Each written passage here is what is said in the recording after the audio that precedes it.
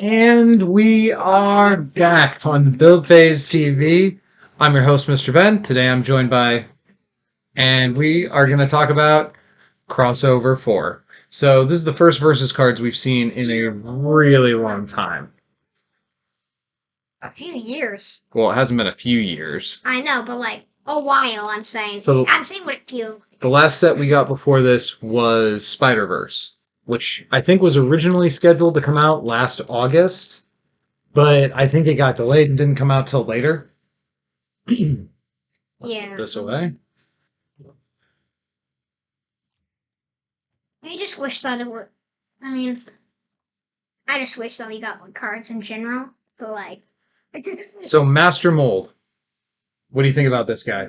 Sentinels definitely needed Master Mold. No matter what he does, this card was absolutely necessary for the team. It's one of the most iconic characters. Okay, 1 second.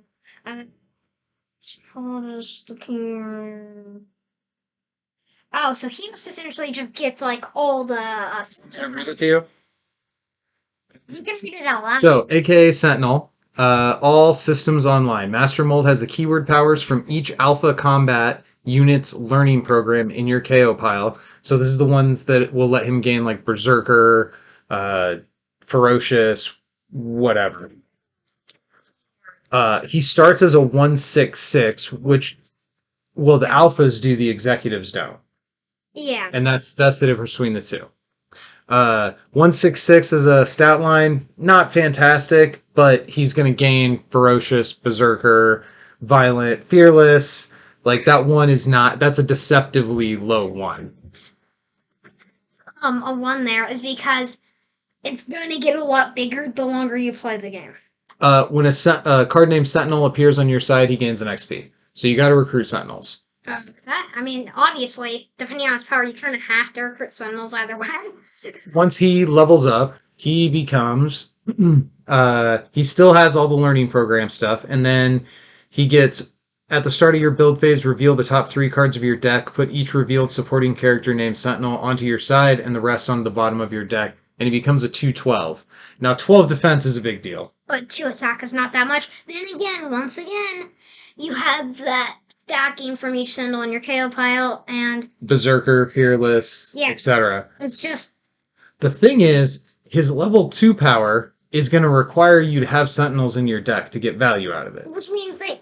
And his level 1 needs 6 experience. So... It's really... I don't know exactly how I'm going to say it. Well, I know. Never mind. The idea is, it's going to be hard finding that balance of, like, how many do you play? Like, do you play them all at the beginning? Or do you probably have to play them all. Yeah, I don't think he used the level 2 power.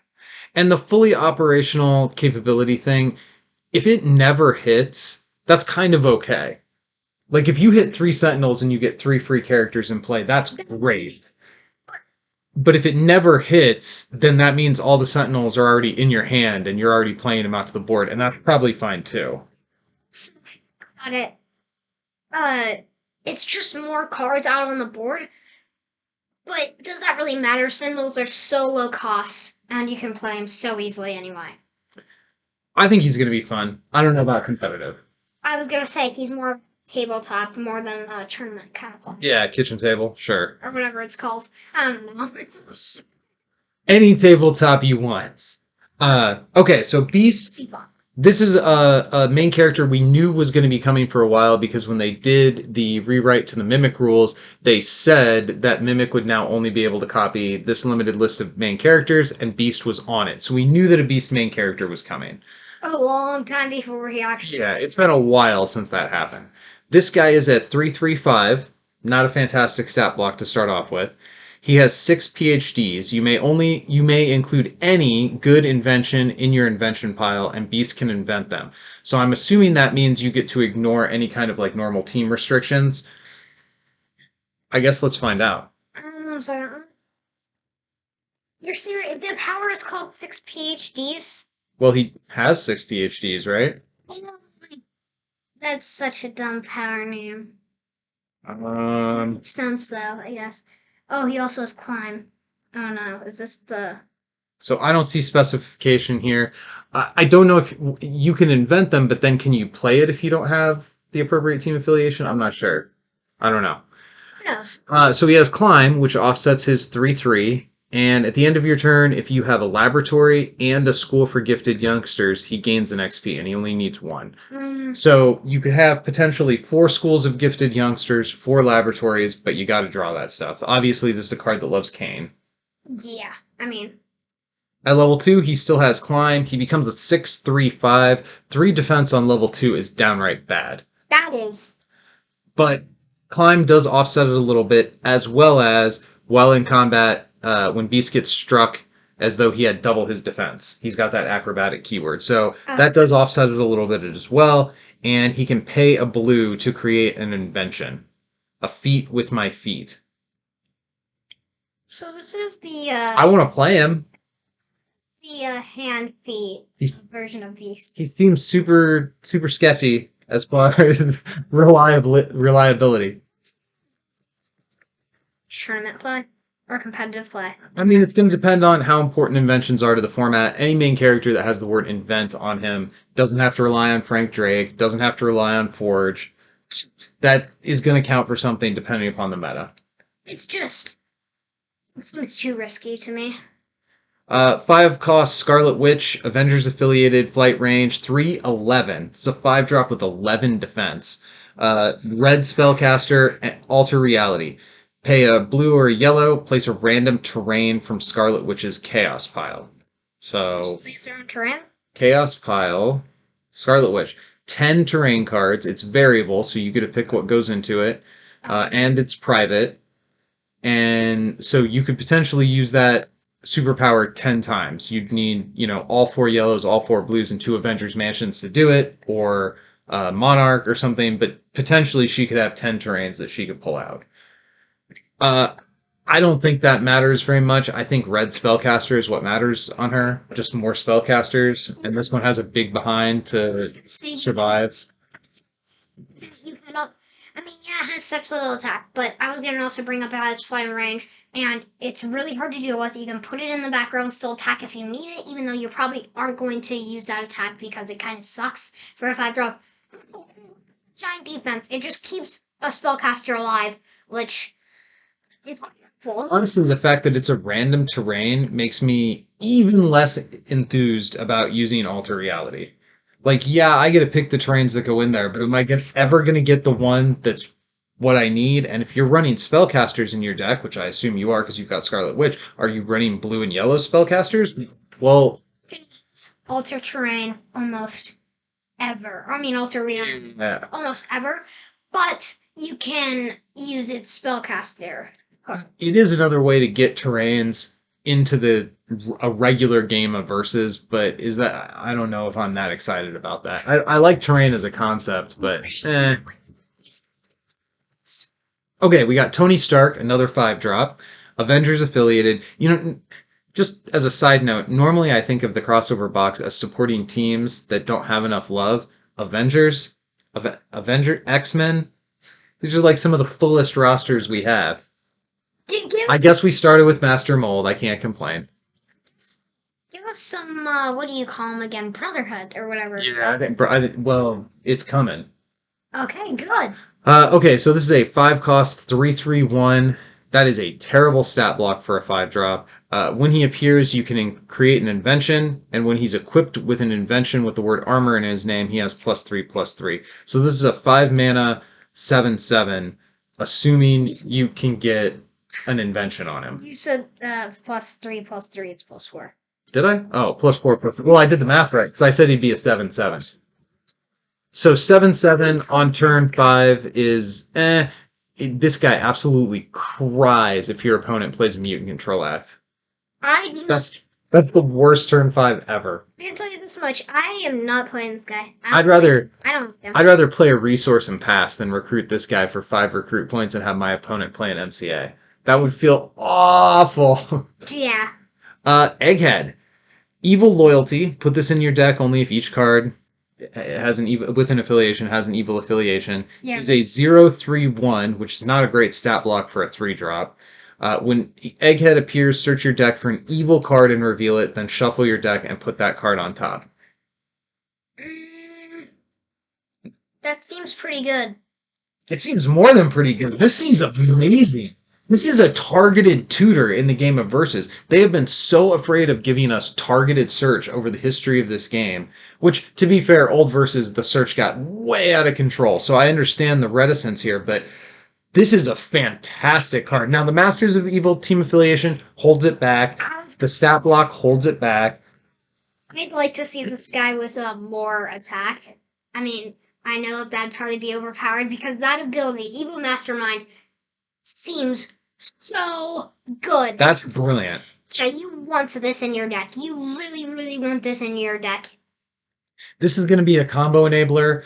This is going to be allow ramp decks to run fewer copies of key cards and instead run multiple different key fat drops at the end. This is going to facilitate a lot of strategy. This card, maybe my first reaction was a bit laid back.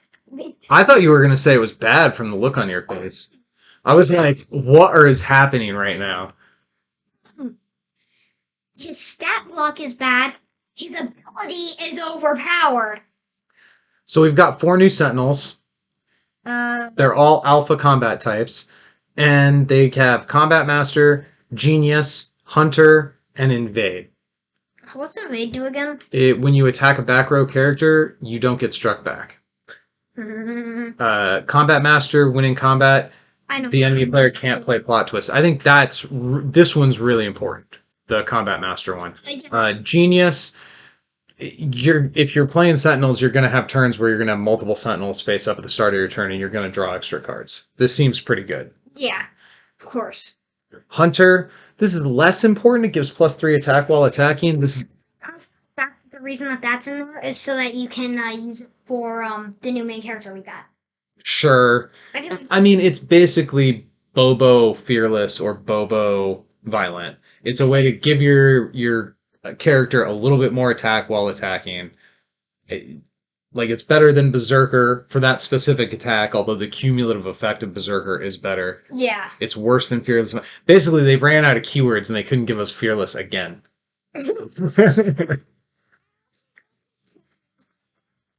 All right, Baron Mordo. This is a 7-cost Underworld affiliated character. He is a 6/10/2 with range. Point out this guy's a 7-drop who has a defense of 10, and we just saw a 5-drop with a defense of 11. That's wild. He's a blue and yellow spellcaster, and when Mordo casts a spell, put a -1 counter on each enemy character. I like that. Worst art ever? Maybe? I can agree that I hate this art. Yeah, not a fan. 7 drops in a spell deck are a little hard for me. The way I have played spellcasters is I've come up and been pretty aggressive with them. I've tried to use the bursts of tempo that you get from the spells to force an early game plan, and this guy seems like a little more. This guy is, if you don't draw spells early game like you want, you can play him and actually play those spells later on in the game. And get the added bonus of putting -1s on everybody. What do you call him? A plan B. Yeah, a plan B, essentially. Sure. So you could throw him in the deck. Oh no, I didn't draw the spells I needed, but now I can play this guy, and now I can play these spells that I did draw. And he does activate 2 different spells, which is pretty good. And he activates both spells that Scarlet Witch needs to use for their terrain thing. All right, next up, we have the Beyonder. This guy is a 15-drop. Infinity, infinity, infinity. Now, as far as stat lines go, can it get better than infinity, infinity, infinity? I think that has picked the needle. This goes to 11. All right, so he's one of a kind, flight range, creator of Battle World. When the Beyonder is in your hand, this text is so tiny. During an enemy player's end of turn step, he may pay any 2 different power symbols. If he does, discard him and reveal the top card of his creator pile. The game enters that domain. He also has Omnipotent. The Beyonder can only appear when recruited. At the start of your main phase, choose a keyword or superpower in the Beyonder's power pile, and he gains that power for the rest of the game. Human Tribute. Well, this is way better than the only other 15 drugs. It's just like an actually good human tribute. So the creator of Battle World has 5 domains. It's variable and private. If the game is already in a battle world when he uses this power, then the one that would be drawn goes to the discard pile. His power pile is 5 different supporting characters. They can be photographic or illustrated. It's variable and private, and you only reveal the character when you choose to use it. Can I just? So that's pretty good. I mean, that's all those words are good, but you have to get to turn 15. I was gonna say play him in a kingpin deck. Okay, You sure. take the world, and then you just play this guy, put him in front, and have Kingpin hide. While you have it in. I mean, it has to be said that the big bad between turn 1 and turn 15 happens on turn 9. And Dark Phoenix makes this guy look kind of stupid. I mean, I guess he's still Infinity, so he's not totally useless, but he's significantly more useless if Dark Phoenix has hit the board. And the likelihood of that happening when you cost 15 seems somewhat high. I don't know. I don't know. And the likelihood of Dark Phoenix getting banned should be 100%, and yet it is not. Well, we'll talk about that another day. Next, we have Iron Man armor. Equipped character gets +2/+2 flight and range, and build phase pay a blue. Whenever you play a card, you may draw a card. I'm mad that that is not just. So this has to be invented. So this is going to start in your invention pile. As of right now, I think Tony Stark's going to be the only person who can invent it, right? Or Beast, because it's good affiliated and Beast can. It's 3 different armor types. So let's look at these. This one gives +2/+2 flight and range. It lets you draw a card. This one gives +0/+4 flight and range. And in a combat, you can pay a blue or a green, and the character can't be struck. And War Machine, pay +4 attack, flight range, pay 2 green, KO supporting character. Obviously, this one, when this card got spoiled, I lost my mind. The card that lets you draw a card every time you play a card. Has there ever been a card that was more printed for me? I mean, you could have called it Mr. Ben armor. Like, Um, they could have called this the build phase armor. I think out of all these, unless you're really leaning into the defensive plan with blue and green and maybe using that Doctor Strange 7-drop that can cancel combats, these are Avengers affiliated, so Think Again would be something you could potentially pair with this. Obviously, why they put out Tony Stark. This is going to be in the rescue armor is going to be in a cancel combat deck. I think you probably want to lean into that to even care about it. Although if you're running a character that can include these equipment, you're going to include all these inventions if you can. I think the +4 attack on War Machine is the most relevant part of that card. The pay 2 green to KO character is probably not going to happen that often. Probably. That is just good because, well, obviously +4 attack. Which is your favorite out of these 3 armor? Obviously +4 attack. You like the +4 attack more than the +2/+2 draw cards? I'm not the guy who draws cards. I'm the guy who punches you in the face on repeat until I win. Fair enough. Next up, we have a Sentinel affiliated plot twist. Build phase. This is called Reinforcement. Reveal the top 5 cards of your deck and put a Sentinel from among them into your hand. Put the rest on the bottom of your deck. It's great stuff. I like that. Great stuff. Where was this during the second chance format when I was trying to draw my whole deck?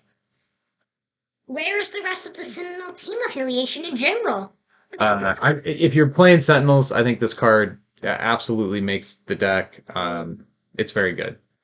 All right. Forget. This is any combat or main phase. Yellow spell.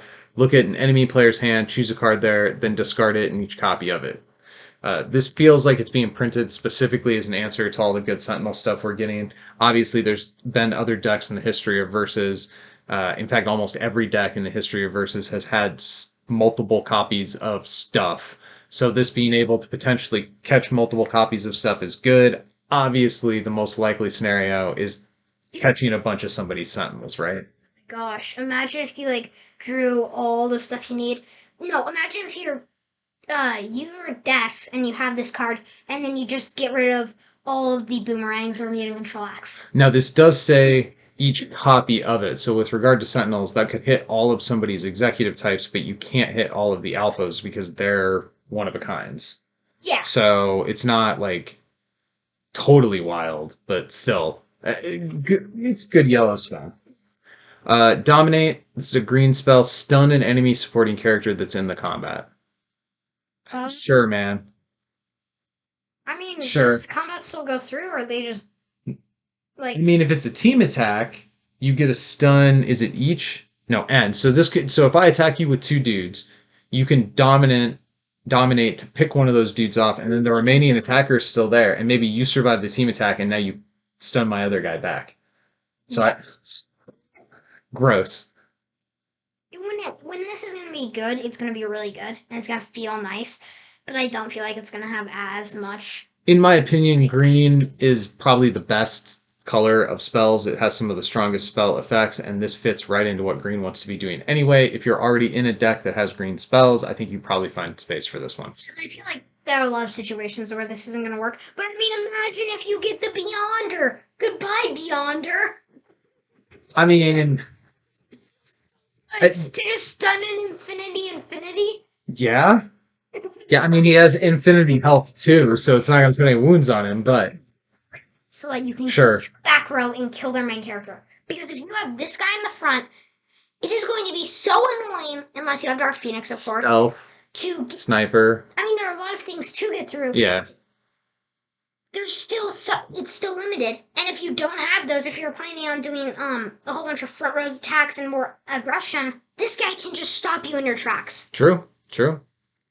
It's like Think Again, but better. I mean, it's more costly than Think Again, too. But it but it doesn't go away. Next up, we have Overload. This is a red spell. Choose a character in the combat to get +10/+10 this combat. Why not? Why not? Sure. Why not? Yeah. It's good. What can you say about that other than, like, it has all the drawbacks of spells. You have to have the spellcaster, you have to have the location. Yeah, growth is half that though. It's 5+1 counters. So this is +10/+10 for a combat. Yeah, that's true. So I feel like growth and this one are pretty even, in my opinion. Next up we have Nexus of All Realities. One of a kind. You may only have one of this in your deck. I don't know why I read what one of a kind means. Uh, Yeah. Space or earth or blue or yellow or green or red for a supporting character. If Man Thing is on your side, the power symbol can be for a main character. So that's just like in everything. This deck's just gonna go in every deck, or this card's just gonna go in every deck. Yeah. Like It's it, not simple. It's the not simple. only decks where you don't run supporting characters with superpowers would be the only reason to even consider not running this. And how often Uh, is that? I don't know if the ability to use this on a main character that Man Thing grants you is going to cause That any kind of uptick in Man Thing play. Yeah, it Probably. doesn't really matter. It's like that part I don't really care about. It's just good, and when Man Thing is there, it makes it slightly better, but it doesn't really make it that much better. So I think you play this, you don't have to play Man Thing. That art is pretty intense too. All I can pay attention to is just the floating eyeballs. All right, so we have some battle worlds. At the start of each player's turn, they put 4 demon goblins into their front row when we enter this battle world. Sure. I don't know. It's hard for me to get that worked up about battle worlds. Yeah. They're whatever. Like the game mode is fine. There's not that many ways to get these into normal versus. And the ways to get to it, I feel like are not worth it. Utopia makes it so main characters can't attack. I don't like that at all. That would be really annoying. Like, It's really good. depending upon the deck you're playing, that could be really good. You're right. You're Juggernaut with that. Uh, So bad at being the Juggernaut. New Adeline gives all characters Terrigenesis. Terrigenesis is when you recruit the character, you exhaust it, and it gets 2+1 counters. Sure. We should release over. I will say these are more exciting than some of the battle worlds we got the first time around. I think some of these do a little bit more, and I do like that. This so it can actually be picked up mostly by the camera. Norseheim, when you enter this domain, you also enter the next domain. So supporting characters get +5 attack and regeneration, as well as whatever the next domain is. See, that's a little more interesting. You take 2 cards that don't do very much, and you add them together, and you do a little bit. Sorry, I'm not very high on Battle World. It's kind of cool card, but like, Sentinel territories, characters other than Sentinels lose and can't gain powers. Now, see, if Sentinels could make that happen at will, that would be insane. So this is like really powerful, but like they balance this like really powerful effect by making it pretty hard to ever get into battle worlds. it just sucks. What do we have? This makes this card suck unless you are like All right, so we'll do the terrains at the end. Before that, we have 3 new bosses. Kingpin. So I will probably do a full review of each of these bosses on the podcast at some point. So I don't know that we necessarily need to go over them in detail here, but just in terms of character selection, how do you feel about these bosses being chosen? Uh, guess it's kind of cool. I don't think like Kingpin really fits him. I feel like these would have all been excellent choices for bosses in 2016. Like, if we were doing boss battles all along, these would have come out in 2016 when these main characters were like new and fresh. Uh, Feels like he's been a lot. He's a lot older than that, honestly. he came out in the Defenders expansion, which was the beginning of 2016. Well, yeah, we didn't get into the game until the A-Force expansion, which I guess that's true. yeah, Like it's always been here when I played the game. it's fine. They're fine. Come a lot earlier. A lot earlier. Well, fair enough. I actually worked really hard on trying to get this specific Loki to be a playable main character using One Drop Sister Grimm back in the day, and it never worked out. Maybe I'll build that deck for boss battles. Oh my gosh. Oh, whoops, I didn't mean to do that. So then we have Altered Reality. So this is another story mode. Um, We should cover that later. I don't feel like. yeah, if you're into story mode, this is more content for that mode. Basically, my summary of story mode is you play 3 games, and some of the games have a little tweak. Maybe this one goes further. I guess here, do you want to read one of these? I'll read over this and see if I have anything important to say about it, just for the sake of the unboxing video. So this reveals 2 random. Here, I'll just do this. It reveals 2 random terrain. You get one, the opponent gets the other. The next one does the same as part 1. Yeah, so this is just enters terrain into the game. Whatever. If you like story mode, that's cool. I wanted to like it a lot more than I ended up, so but I'm glad they're supporting the mode. Okay, so let's bang through these terrains, all right? Somebody up. So Angry Beasts. At the end of turn, put 3 -1 counters on the face-up character with the lowest defense in this row. So you inflict that on your enemy. Maybe this kills something, or it makes something bite sense. They play the Iron. You just kill their Iron Man. That would be so annoying. That's somebody up. At the end of turn, put a -1 counter on each character in this row. So kind of the same as that one. Again, a negative terrain that you would inflict on your enemy. Boulder. This character has pay a green or red, make a 5 attack strike against an unprotected enemy character, then wound this terrain and put it into that character's row. Just how do you wound that terrain there? Well, it has 5 health. You just put a wound on it. So like the terrain? I think terrains can be attacked, if I remember right. Well, but maybe your enemy wants to attack it. I can't remember. So they can't attack their own guys. I don't think that's allowed.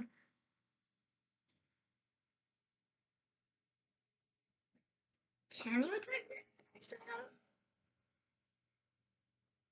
So they're secret destructible. So this is new. A character can attack a destructible terrain if it would normally be able to attack into that row. But can your enemy attack their own rows? A character can also attack a destructible terrain that's in its own row. Okay, good. I wanted to get that cleared up. And that didn't take me very long to look up. I mean, so real-time rule check. Character makes 5. I like this boulder a lot. I wasn't listening earlier. I was too busy thinking about my own about how the Wasn't listening. work. So you get to make a 5 attack strike by paying a green or a red, and then after you do that, you give the boulder to the other team, and it takes a wound. So you can throw it back and forth. That's great. really fun. So this is going to be a secret one. In fact, I'm just going to read all these secret ones real quick. So all the next ones, these come into play face down, and you don't reveal it until you put a character on the terrain. In this one, when you put a face-up character here, you hide them in the concealed cave. So you can hide your character.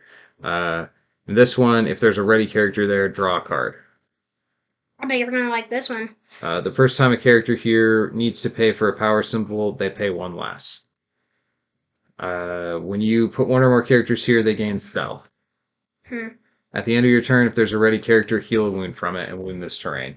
So I don't know, terrains are fine. So the only other two we have left, these aren't secret. You can't have more than one character in this row. That could totally mess up somebody. And the characters in this row can't be attacked. I don't know. I'm pretty lukewarm on terrains overall. So I'm glad that they're showing support for the alternate game modes. That is something that I think is worth putting development resources into, and offering to the community. But yeah, it's not the part of the game that gets me super excited. If you want but if you are like this kind of content, if you like that game mode, if you like terrains, that's totally for you. That's gonna be awesome for you, and it's more content giving out to those people. But I am not one of those people. So overall, how do we feel about crossover? Thumbs up, thumbs down? I wish they would have given us more because it's been so long. I'm still happy that we got cards at all, and this is a good set, and I'm specifically because I'm really happy that it's helping Sentinels a lot more, and Sentinels should have gotten these boosts a long time ago when they first came out. We were meant to get these boosts back in December. That's when the set was supposed to release. And not throwing shade at Upper Deck, I'm not mad. But that's just the fact of the matter. These were supposed to come out in December of last year. I'm happy to get cards, but why does it take so long? Well, global pandemic, bud. It's like, why does it take so long? Find a way. So I said on the Team Apex podcast the other week that out of all the different types of versus products we could have gotten at this moment in time, crossover's probably the worst kind of box because it's just not enough. After this big drought of cards, I want some teams I can sink my teeth into. I want something that gets me really enthused to start deck building. Alternate game modes just aren't going to do it. I agree. And at least we got cards. I'm still happy with the box. Like, this is going to see a ton of play, for sure. Just because I'm not happy about the drought of cards doesn't mean that I'm not liking the box. I love how we got cards, and I love what the cards do, and I'm happy about the cards. I just wish that we had more. Just one more card. Yeah. I'm just ungrateful. That's what it comes down to. I'm really excited about Master Mold. I'm really excited about Beast. So the playables that we got in here, at least kitchen table wise, are stuff that I think I'm really enthused to get to the table. We should have gotten the Sentinel boost a long time ago when we were meant to get it a long time ago. Yeah. Why didn't this come out when Sentinels came out? They really, really have been short on cards on that team affiliation for a long time, I feel. Overall, thumbs up, thumbs down on this box. Thumbs up for me too. All right, go win some games.